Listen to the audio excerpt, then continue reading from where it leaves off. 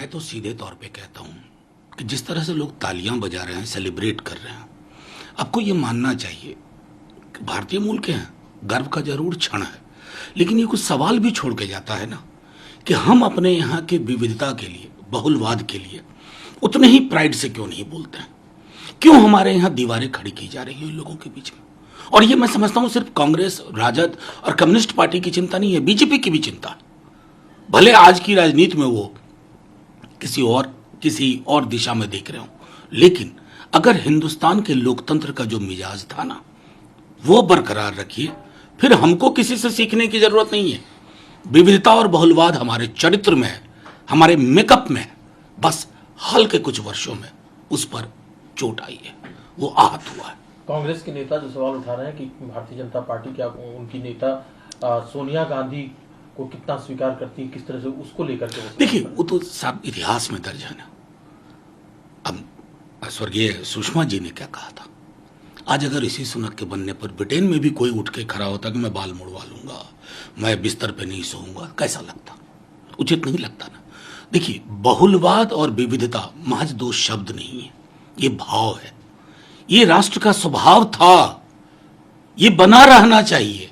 इस पे हाल के दिनों में जो चोटें आई हैं, ये आहत हुआ है, इसको रिट्रीव करना हमारी सामूहिक जिम्मेवारी है। लेकिन सर, जब सवाल ये उठा, क्या हम ये इमेजिन कर सकते हैं कि इस देश का प्रधानमंत्री क्रिश्चियन या इस्लाम में विश्वास रखने वाला होगा? इससे पहले भी तो राष्ट्रपति कौन क्या सवाल उठाता है उसमें मुझको नहीं जाना है। मेरा सवाल विविधता और बहुलवाद के इर्द गिर्द, उसको प्रोटेक्ट किए बिना भारत के लोकतंत्र की कल्पना नहीं हो सकती।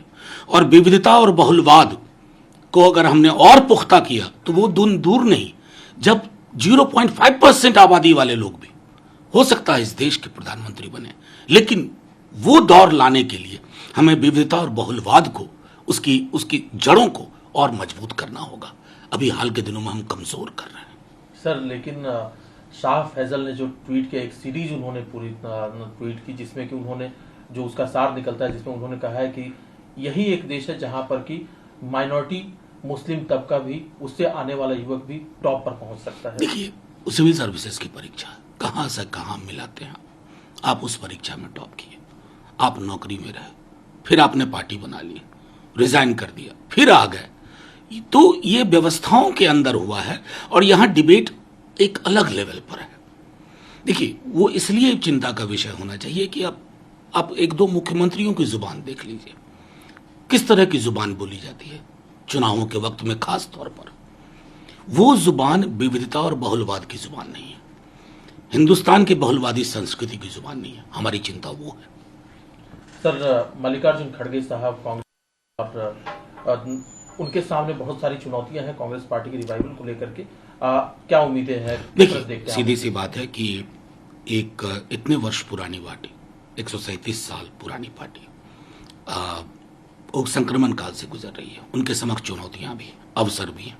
और अभी भारत जोड़ो यात्रा और खड़गे साहब का अध्यक्ष पद संभालना, मैं एक तार देख रहा हूं।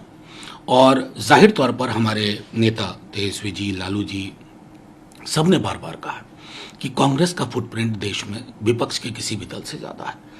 उस फुटप्रिंट में बढ़ोतरी हो, मजबूती हो, तो वो साझा विपक्ष के लिए बेहतर है, लोकतंत्र के लिए बेहतर है। सर, जो अभी हम बात कर रहे थे, है कि भारतीय जनता पार्टी या जो सत्ता में बैठे हुए लोग हैं, वो उनको लगता है कि खतरा जो है हलाल मीट से है, मुस्लिमों के इतना जो टोपी लगाते हैं उससे है, या जो दाढ़ी रखते हैं उससे है।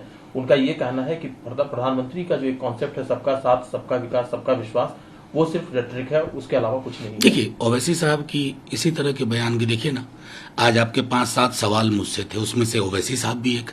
यही वो चाहते हैं कि वो सवालों में बने रहे। मुद्दा क्या है? मुद्दा है इस देश में सौहार्द को बिगाड़ने की राजनीति होगी या सौहार्द को बहाल करने की राजनीति होगी, सामाजिक ताने बाने को बनाने की राजनीति होगी या उसको बिगाड़ने की राजनीति होगी। तो ओवैसी साहब को रीथिंक करना है। आप बीजेपी के उलट उसी रेटरिक का इस्तेमाल अगर एक अलग दृष्टिकोण से करते हैं तो फायदा किसको होता है, ये मूल्यांकन कर लें, फिर बात करें। सर, बिहार सरकार से एक मांग स्टोर किया जाए जिससे कि अनाजों की बिक्री हो सके और एमएसपी जो है वो इंश्योर हो सके इतने किसानों के लिए, क्या कहना है देखिए, आपका? सीधी सी क्योंकि बात- ये डिमांड जो है सुधाकर सिंह ने भी की है। नहीं, सीधी सी बात है, ये एक सामूहिक विमर्श का विषय है और इस पर चर्चा होगी और वो चर्चा मैं समझता हूँ बहुत गंभीरता से होगी। टिकैत साहब ना भी लिखते तो बिहार सरकार के समक्ष ये सारे मुद्दे हैं, क्या बेहतर विकल्प हो सकता है उस दृष्टिकोण से किया जाएगा।